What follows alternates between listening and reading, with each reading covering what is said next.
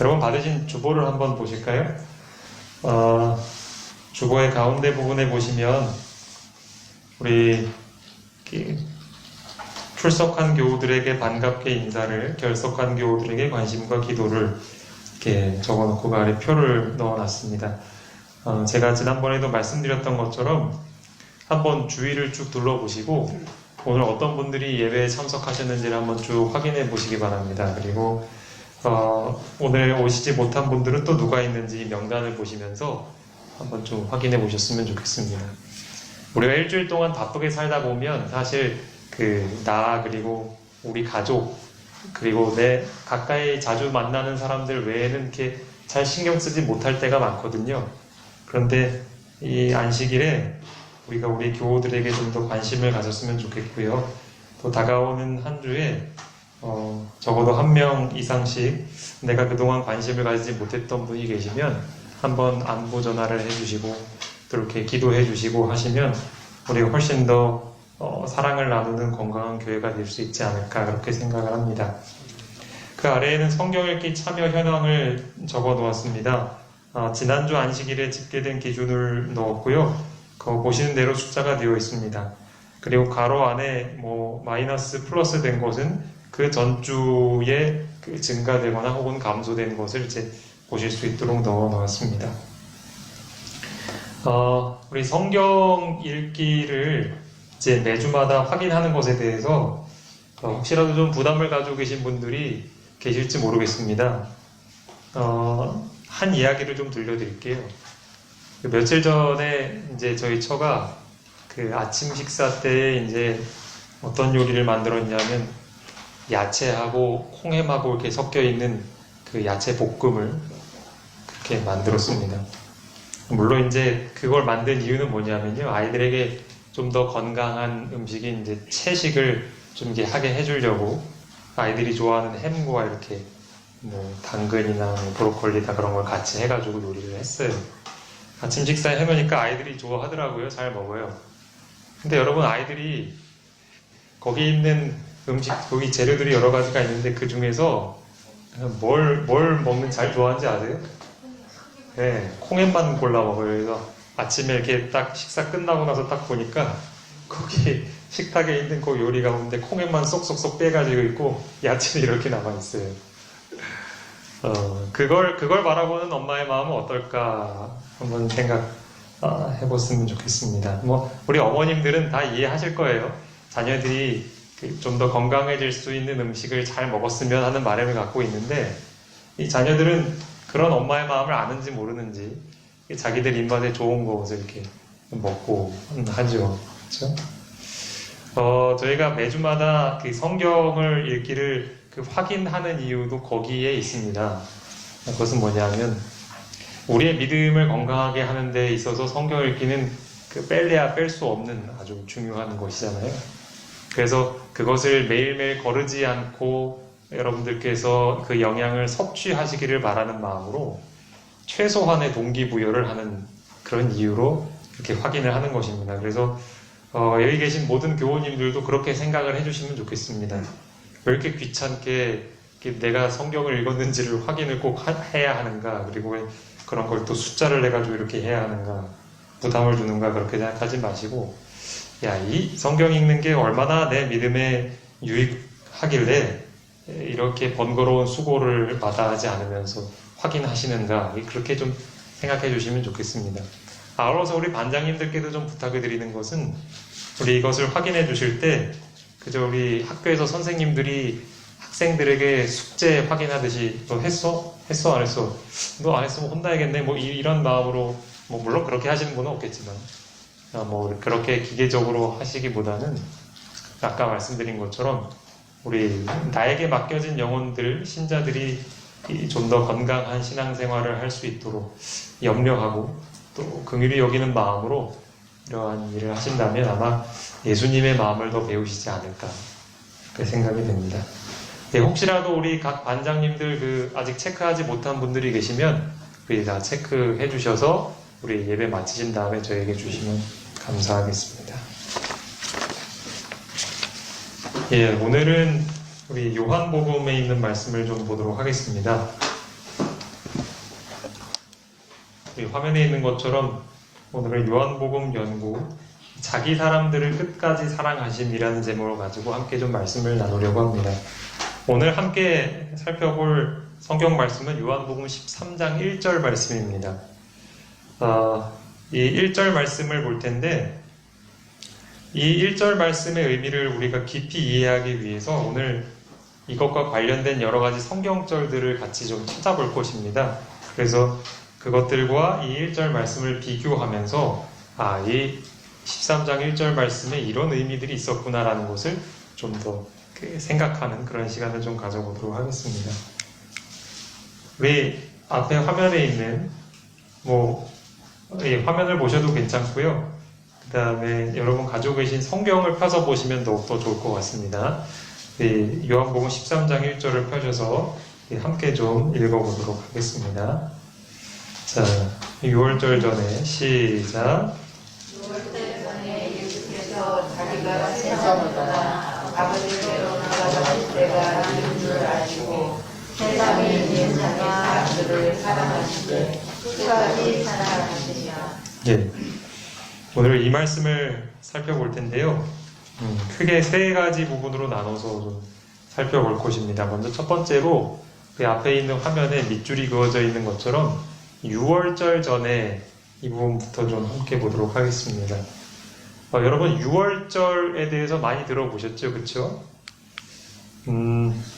요한복음에 나오는 6월절 제가 한번 세어봤습니다. 그랬더니 이 요한복음에 나오는 6월절은 저기 있는 걸 다 세어보면 일단 요한복음 2장에 2번 나오고요. 그 다음에 요한복음 6장에 한 번 나오고 11장, 12장, 13장, 18장에 2번, 그 다음에 19장 이렇게 나옵니다. 그래서 총 9번인 것 같아요. 그렇죠? 예. 그래서 이 6월절을 제가 이제 정리를 해봤습니다. 물론 횟수로는 9번이 나오는데 이렇게 여기 화면에도 나와 있는 것처럼 그 6월절이 가리키는 그 시점은 이제 크게 세 가지로 나뉩니다. 그래서 첫 번째, 예수님이 공생의 사역을 하시면서 만나셨던 첫 번째 6월절이 이제 저 요한복음 2장에 나온 6월절. 그 다음에 이제 두 번째 6월절, 그러니까 1년 후겠죠? 두 번째 6월절은 요한복음 6장. 그 다음에 세 번째 6월절은 이제 요한복음 11, 12, 13, 18, 19장에 나오는 것인데 이것은 이제 오늘 우리가 살펴볼 본문이 있기도 하고요. 예수님께서 십자가에서 돌아가시는 그 6월절 가리킵니다. 그리고 어떤 성경학자들은 요한복음에 6월절이라고 나와 있지는 않지만 유대인의 명절이라고 나와 있는 한 절이 있는데 그걸 또 6월절에 포함시키는 경우들이 있어요. 근데 저는 그것이 성경에 분명히 나와 있지 않기 때문에 그건 여기다 넣지 않았습니다. 어쨌든 분명히 나와 있는 것만 세어보면 이렇습니다. 이렇게 세 번에 나오는데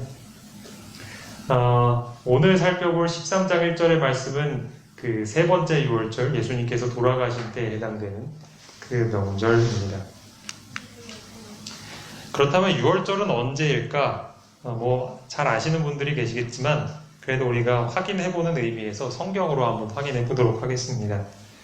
제가 화면에 출애굽기 12장 2절과 6절에 있는 말씀을 넣어 보았습니다. 이달을 너희에게 달의 시작 곧 해의 첫 달이 되게 하고 이달 열 나흘 날까지 간직하였다가 해 질 때에 이스라엘 회중이 그 양을 잡고 나와 있습니다. 여기 이제 이 출애굽기 12장은 그 이스라엘 자손들이 애굽에서 이제 출애굽해서 가나안으로 가는 여정의 이제 그 시작 단계에 있는 말씀입니다. 그러니까 첫 6월절에 대한 이야기예요. 진짜 그야말로 첫 6월절. 근데 여기 보면 달의 시작, 그러니까 이 달이 달의 시작이 되고 첫 해가 될 것이다 그랬어요. 그래서 유대인들의 그 달력으로의 첫 해의 첫 달은 이렇게 시작된 거예요. 그러니까 그들이 애굽에서 해방된 때부터 이제 이 달력이 시작이 된 거예요. 그래서 그 첫 달도 그렇고요. 그러니까 6월절도 당연히 그 해 첫 달이 되는 거죠. 그렇죠? 그 6절에 보면은 그 날짜가 나오는데 이달 며칠이래요? 이달 열 나흔날, 그러니까 14일이라고 하죠. 그러니까 요즘 표현으로 하자면 이제 유대 달력으로 첫 달 14일이 이제 6월절 우리가 확인해 볼 수 있습니다. 여기 마가복음 14장 12절 말씀을 넣어 놓았는데요. 이것은 그 요한복음 13장과 같은 사건을 가리키고 있는 마가복음의 말씀입니다. 그러니까 예수님께서 제자들과 함께 6월절 만찬을 하실 때 그때를 가리키고 있는데 이 밑줄 그은 부분을 한번 잘 보시기 바랍니다. 거기에는 이 때를 이렇게 표현을 하고 있어요. 무교절의 첫날 곧 6월절 양 잡는 날 이렇게 표현하고 있습니다. 우리가 앞서 6월절이 이 첫 달 열 나흔 날 14일이라는 것을 보았는데 여기 보면 이거를 이제 똑같은 날을 무교절의 첫날이라고 하죠. 그렇죠? 그러니까 우리가 이걸 통해서 알 수 있는 건 뭐냐면 무교절의 첫날과 6월절은 같은 날이구나. 요걸 알 수가 있어요. 그렇죠? 그래서 앞으로 성경을 보실 때 무교절의 첫날은 6월절과 같구나 이렇게 이해하시면 될 것입니다. 그러니까 다시 한번 정리를 하자면 예수님께서 마지막으로 제자들과 함께 만나셔서 식사하시는 그 장면이 있었던 때는 6월절 전날. 그러니까 14일 저녁인데 우리식으로 하면 13일 저녁이에요. 왜냐하면 우리는 12시부터 12시까지가 하루니까. 근데 이스라엘 사람들은 다르죠. 그렇죠? 저녁부터 저녁까지가 하루이기 때문에 14일 저녁 뭐 그렇게 할 수 있겠습니다. 어쨌든 그 저녁 때 식사하고 그 다음날에 예수님이 돌아가신다 그렇게 이해하시기가 쉬울 것 같습니다. 이제 두 번째로 이제 여기 보시면 이제 13장 1절에 세상을 떠나 아버지께로 돌아가실 때가 이른 줄 아시고 이런 표현이 있습니다. 요 내용에 대해서 좀 자세히 살펴보도록 하겠습니다. 제가 요거를 헬라어 원어로 한번 좀 옮겨봤습니다. 이상한 꼬부랑 글씨가 있죠, 그렇죠? 영어도 아닌 것이 영어랑 좀 비슷한 글자도 있고. 근데 이제 저거를 뭐 제가 다 일일이 해석을 할 수도 없고 또 저는 그냥 읽을 뿐입니다. 근데 그거를 이렇게 그 사전을 찾아가면서 이제 제가 직접 번역을 해보니 저 괄호 안에 있는 뜻으로 번역이 되더라고요. 물론 큰 의미가 다르진 않습니다. 그러니까 세상으로부터 아버지께로 떠나실 때입니다. 그러니까 예수님께서 이 세상에 계시는데 이 세상에서 아버지가 계신 곳으로 이렇게 떠나가신다라는 뜻이에요. 그런 뜻입니다. 여기 요한복음 16장 28절을 한번 보시면 여기 보시면 제가 이제 밑줄을 3개를 그어놨습니다.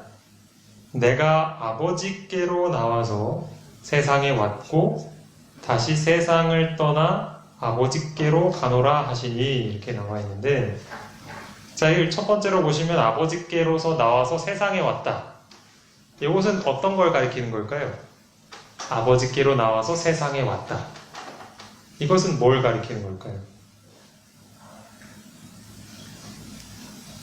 그러니까 예수님께서 원래 아버지이신, 여기서 나오는 아버지가 누군지 아시죠? 아버지 하나님, 하늘에 계신 아버지 하나님과 함께 계시다가 세상에 오신, 우리가 보통 뭐 성육신이라고도 부르는 그 사건을 가리키죠. 그렇죠? 그래서 아버지께서 계신 곳에서 세상에 오셨습니다. 그런데 이제 이 어떤 때가 오냐면 세상을 떠나서 아버지께로 가시는 때가 와요. 그렇죠? 여기서도 이제 똑같은 그런 어떤 뭐랄까요? 이런 흐름, 순서를 우리가 이제 볼 수가 있죠. 여기 요한복음 20장 16절로 17절을 볼 텐데요. 이제 우리가 지금 알고 싶은 거 뭐냐면 그렇다면 예수님께서 지금 말씀하신 자기가 세상을 떠나서 아버지께로 돌아가실 때가 과연 언제를 가리키는 걸까를 지금 저는 여러분들과 함께 지금 찾아보려고 하는 것입니다.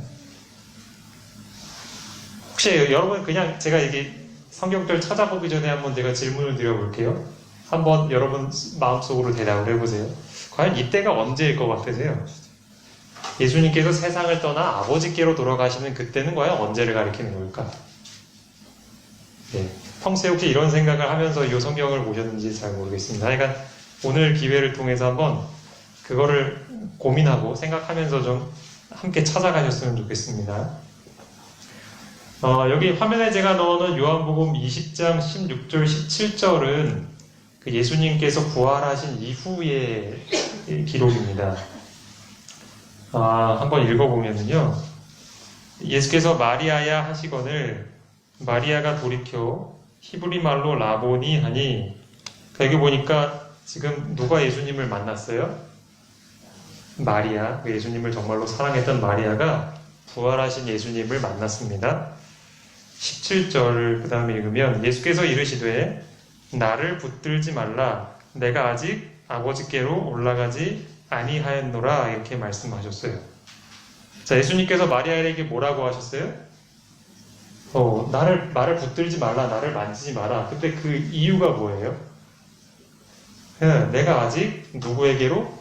아버지께로 올라가지 못했대요. 그러니까 예수님께서 부활은 하셨는데, 죽었다가 살아나셨는데 아직 아버지께로 올라가지는 못했대요. 그러니까 만지지 말라 이렇게 하신 거예요. 그리고 나서 이제 이어지는 내용을 보면 너는 내 형제들에게 가서 이르되 내가 내 아버지 곧 너희 아버지 내 하나님 곧 너희 하나님께로 올라간다 하라 하시니. 그러니까 이런 거죠. 예수님께서 부활하셨고 아직 아버지께로 올라가지 않았으니 만지지 마라. 그 다음에 내가 곧 아버지께로 올라갈 것이다. 그렇게 말씀하시는 거예요. 그렇죠? 제가 설명드린 거 이해가 되시나요? 예. 그 내용을 잘 이해하시고 그 다음에 이 말씀을 좀 보도록 하겠습니다. 마태복음 28장 9절입니다. 예수께서 그들을 만나 이르시되 평안하냐 하시거늘 여자들이 나아가 그 발을 붙잡고 경배하니 이렇게 표현을 합니다. 여기 또 예수님을 만난 또 다른 사람들이 나옵니다. 여기서는 여자들 이렇게 표현을 하고 있죠. 마찬가지로 이 마태복음 28장 9절도 예수님께서 부활하신 이후에 예수님을 만났던 여인들의 이야기입니다. 그런데 아까 마리아가 예수님과 만났을 때랑 좀 차이가 있죠. 그렇죠? 아까 마리아가 예수님을 만났을 때 이 발을 붙잡으려 하니까 예수님이 뭐라고 그랬어요?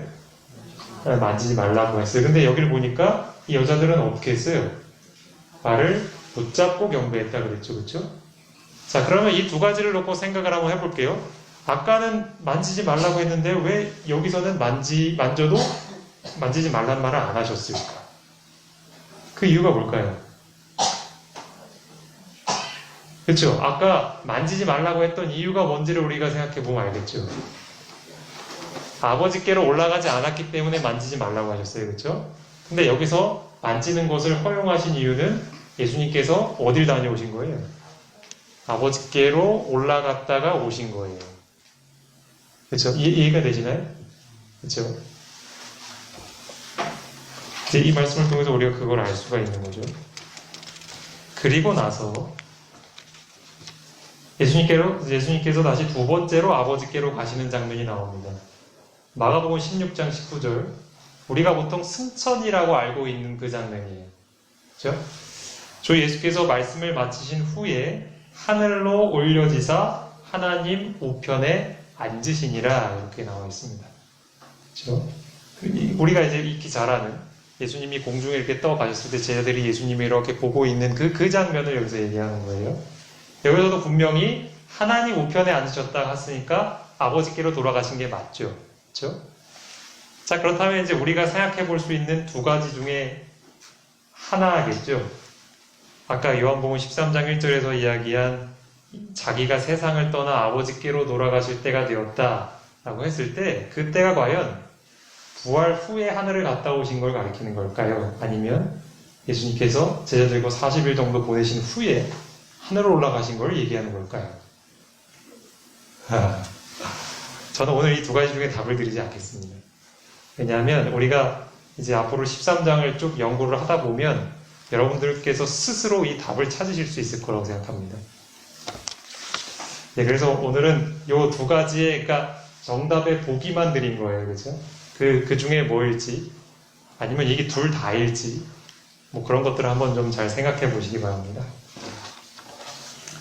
이제 세 번째로 이제 13장 1절에 끝부분을 좀 볼 텐데요.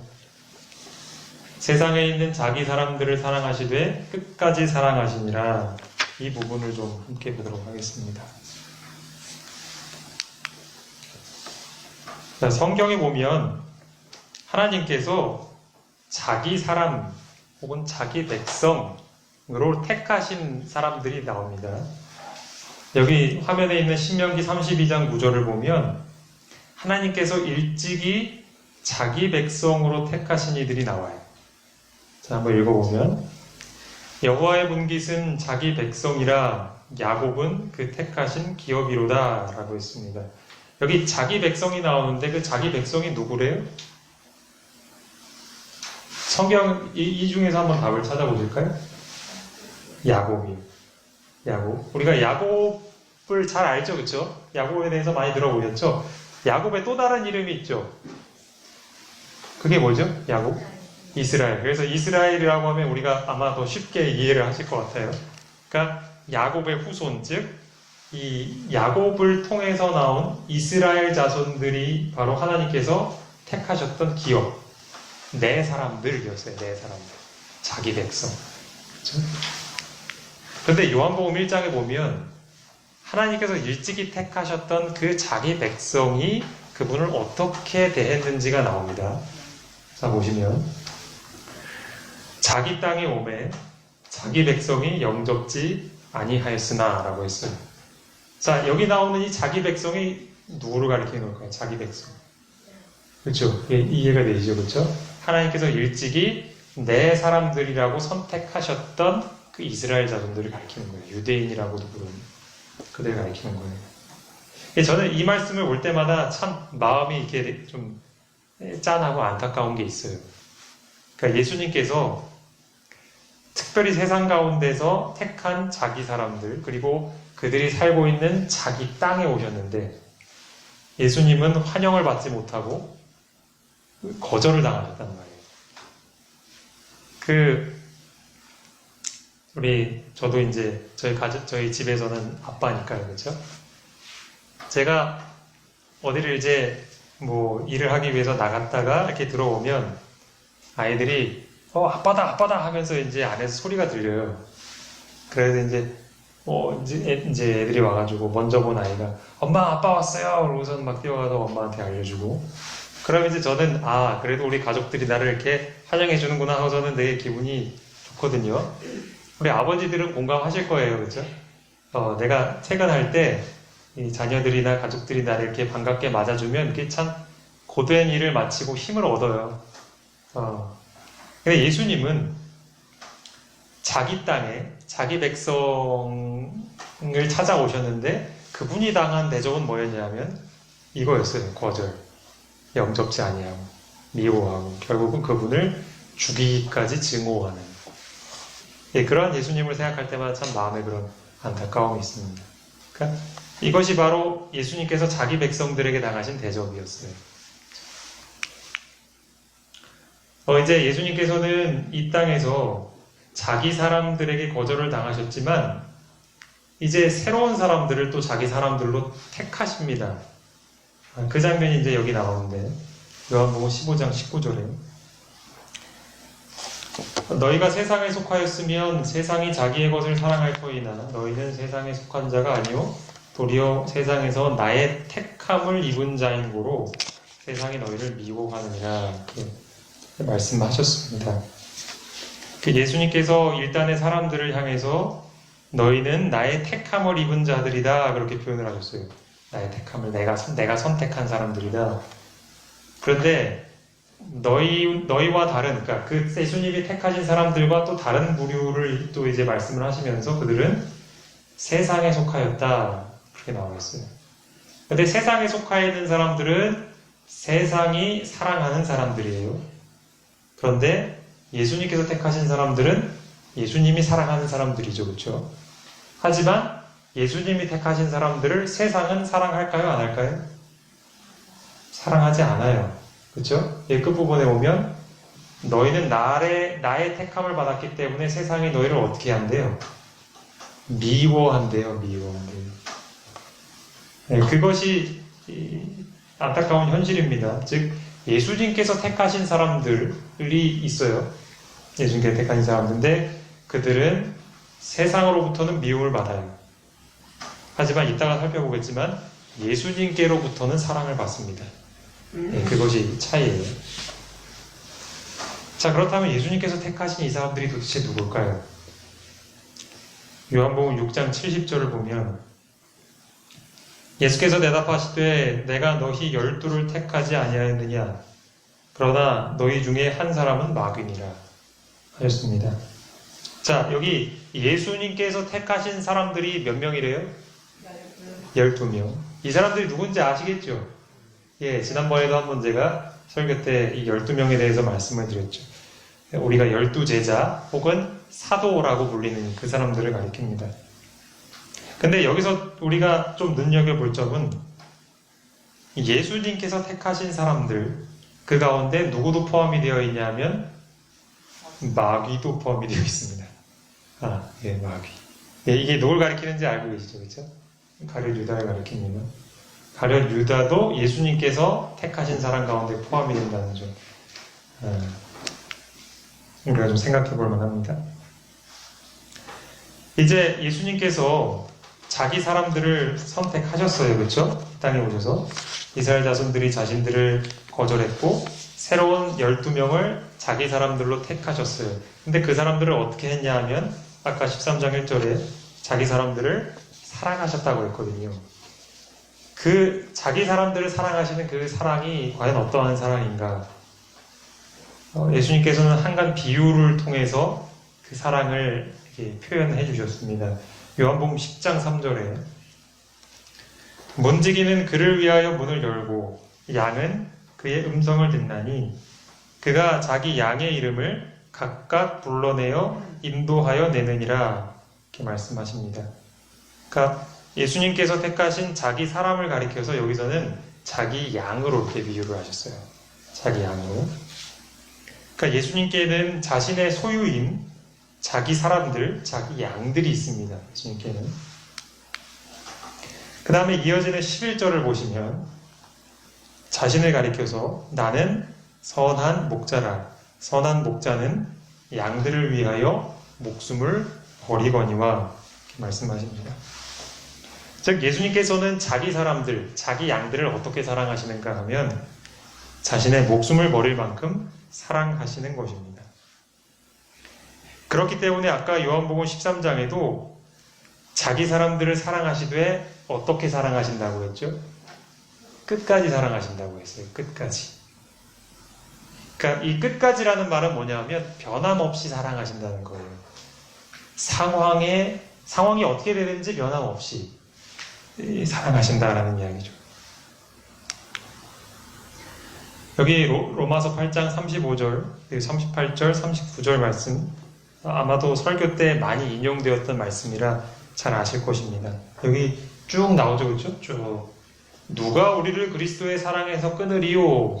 다른 표현으로 하면 어떤 것들이 과연 예수님께서 자기 사람들을 사랑하시는 그 사랑을 끝낼 수 있을 것이냐?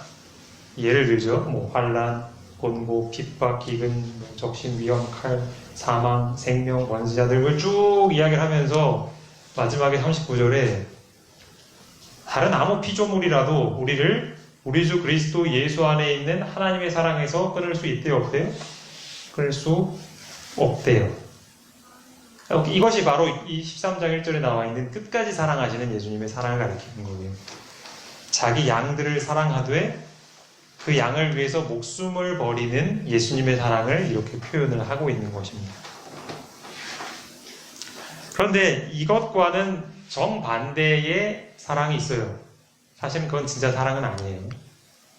아까 그 10장에 요한복음 10장에 이어지는 말씀인데 삭고는 목자도 아니요 양도 제 양이 아니라 이리가 오는 것을 보면 양을 버리고 달아나나니 이리가 양을 늑탈하고 또 해치느니라. 여기 이제 삭곤이 등장을 합니다. 삭곤은 목자랑 달라요. 어떤 점이 차이가 있냐면 목자는 자기 양이 위험에 처해 있을 때 그 양을 구하기 위해서 뭘 버릴 수 있어요? 자기의 목숨까지도 버릴 수 있어요. 그래서 진짜 사랑하는 거예요. 그런데 삭고는 이리가 오는 걸 보면 어떻게 한대요? 달아난대요. 왜냐하면 그 양의 생명보다 뭐가 더 중요해요? 누구 생명이? 내 생명이 더 중요한 거예요. 내가 이리에 뜯기거나 물려서 죽을까봐 그게 더 걱정이 되는 거예요. 그러는 동안 양은 어떻게 되는 거예요? 이리가 늑탈하고 또 해치게 되죠. 그러니까 사꾼과 목자의 사랑을 대조해서 보이고 있는 것이죠. 그러니까 한마디로 사꾼은 이 사꾼이라는 표현에서도 알 수 있듯이 자기의 이기적인 목적 때문에 양을 돌보는 거죠. 이런 사람들은 상황이 달라지면, 즉 다시 말해 내가 양들을 돌보았던 동기가 사라져버리면 그냥 이 양들을 언제든지 버릴 준비가 되어 있는 거예요. 사실 이것은 누구라고 할 것도 없이 여기 있는 우리 모두가 가지고 있는 본성적인 마음입니다. 그렇죠? 그럼 한번 생각해 보세요. 우리는 다른 사람들을 사랑할 때 과연 어떠한 사랑으로 사랑하고 있습니까? 예수님께서 자기 사람들을 사랑하시듯이 사랑하고 있을까요? 아니면 여기서 사꾼이 자기 받는 삭 때문에 사랑하는 것처럼 사랑하고 있을까요? 평소에는 잘 몰라요. 내가 내 가족을 사랑하고 내가 내 이웃, 내 교우들을 사랑하는 모습이 내가 생각하기에도 예수님 같은 사랑인 것처럼 착각이 될 때가 있어요. 그런데 언제 그걸 아냐 하면 이리가 나타나면 알아요. 다시 말해 내가 누군가를 사랑하는 일이 나에게 막심한 손해나 피해를 주게 된다고 예상이 되면 그러면 우리 사랑이 진짜 어떤 사람인지가 드러납니다. 사실 이런 말씀을 드리는 저도 여기 계신 여러분들을 어떤 마음으로 사랑하느냐라고 하나님께서 물으신다면 베드로가 그랬던 것처럼 저도 사실은 자신이 없습니다. 그렇죠? 그러니까 우리는 다 그런 사람들이에요. 그렇죠? 그 부분에 있어서는 어느 누구도 자유롭지를 못해요. 그래서 우리 스스로가 가지고 있는 이 죄의 본성, 이 이기적인 사랑을 우리는 여기서 다시 한번 생각해보자는 거예요. 이제 예수님의 기도는, 예수님의 그 사랑은 자기 사람들을 이렇게 목숨을 다해서 사랑하시는데 그분의 사랑은 이 12명에게서 그치지 않아요. 만약에 그렇다면 우리는 그분의 사랑을 받을 희망이 없는 거죠. 12명에 속해 있지 않으니까. 그분의 사랑은 확장이 됩니다. 이제 이후에 나오는 요한복음 17장, 우리가 예수님의 기도, 그렇게 알고 있는, 중보 기도로 알고 있는 그 내용들인데요. 이 내용을 이렇게 다 읽으면 좋겠지만, 시간 관계상 제가 다 읽지는 않겠습니다. 중요한 표현들만 좀 생각해 볼 텐데, 여기서 보시면, 세상 중에서 내게 주신 사람들에게 내가 아버지의 이름을 나타내었나이다 하면서 여기 자기 사람을 가리켜서 어떻게 표현하시냐면 아버지께서 나에게 주신 사람들 이렇게 표현을 하고 계셔요. 그러니까 여기 이 내게 주신 사람들은 이제 이 본문을 읽어보시면 여러분도 아실 수 있어요. 본인이 택하신, 예수님께서 택하신 12명의 제자를 가리키고 있습니다. 그들을 위한 기도가 가고 있어요. 쭉 가고 있는데 이제 11절에 보시면 나는 세상에도 있지 아니하오나 저희는 세상에 있사옵고 나는 아버지께로 가옵나니 하면서 그들을 보전해달라, 지켜달라 그렇게 부탁하는 기도를 드리고 계십니다. 그런데 그 다음에 20절, 21절을 보면 이제 예수님의 기도가 아버지께서 주신 그 12명의 사람들을 넘어서서 더 많은 사람들을 위한 기도로 확장이 됩니다. 여기 보시면 내가 비옵는 것은 이 사람들만 위함이 아니요 또 저희 말을 인하여 나를 믿는 사람들도 위함이니 이렇게 나와 있죠. 그렇죠? 자, 그러니까 예수님께서 선택하신 그 자기 사람, 그 12명의 사도들이 이제 나가서 복음을 전파하잖아요. 그렇죠? 그 사람들을 통해서 예수님을 믿게 된 사람들도 막 증가했잖아요. 그렇죠? 사도행전에 보면. 그래서 그들 덕택에 지금 여기 있는 우리도 예수님을 알고 믿게 됐잖아요. 그렇다면 지금 여기 예수님이 기도하시는 그 대상 가운데는 이 시대에 예수님을 믿는 사람들도 포함이 되는 것이죠. 그렇죠? 그러니까 그 예수님은 약 2000년 전에 기도하시면서 지금 이 자리에 앉아있는 우리 한 사람 한 사람을 위해서도 머릿속에 생각하시면서 기도하신 거예요. 그렇죠? 21절에 아버지께서 내 안에 내가 아버지 안에 있는 것 같이 하나가 되게 해달라고 기도하신 그 예수님의 간절한 기도가 바로 우리에게 해당되는 기도라는 것. 그것을 우리가 여기서 볼 수가 있는 것입니다. 그런데 이제 여기서 끝나면 정말 중요한 것을 우리가 놓치는 거예요. 이제 마지막으로 우리가 이 말씀을 볼 텐데 한번 이 말씀을 한번 좀 같이 읽어보실까요? 요한복음 13장 34절 시작. 너희에게 주니 서로 사랑하라. 내가 너희를 사랑한 것 같이 너희도 서로 사랑하라. 네. 우리가 지금 살펴보고 있는 요한복음 13장에 있는 같은 장에 있는 말씀이에요.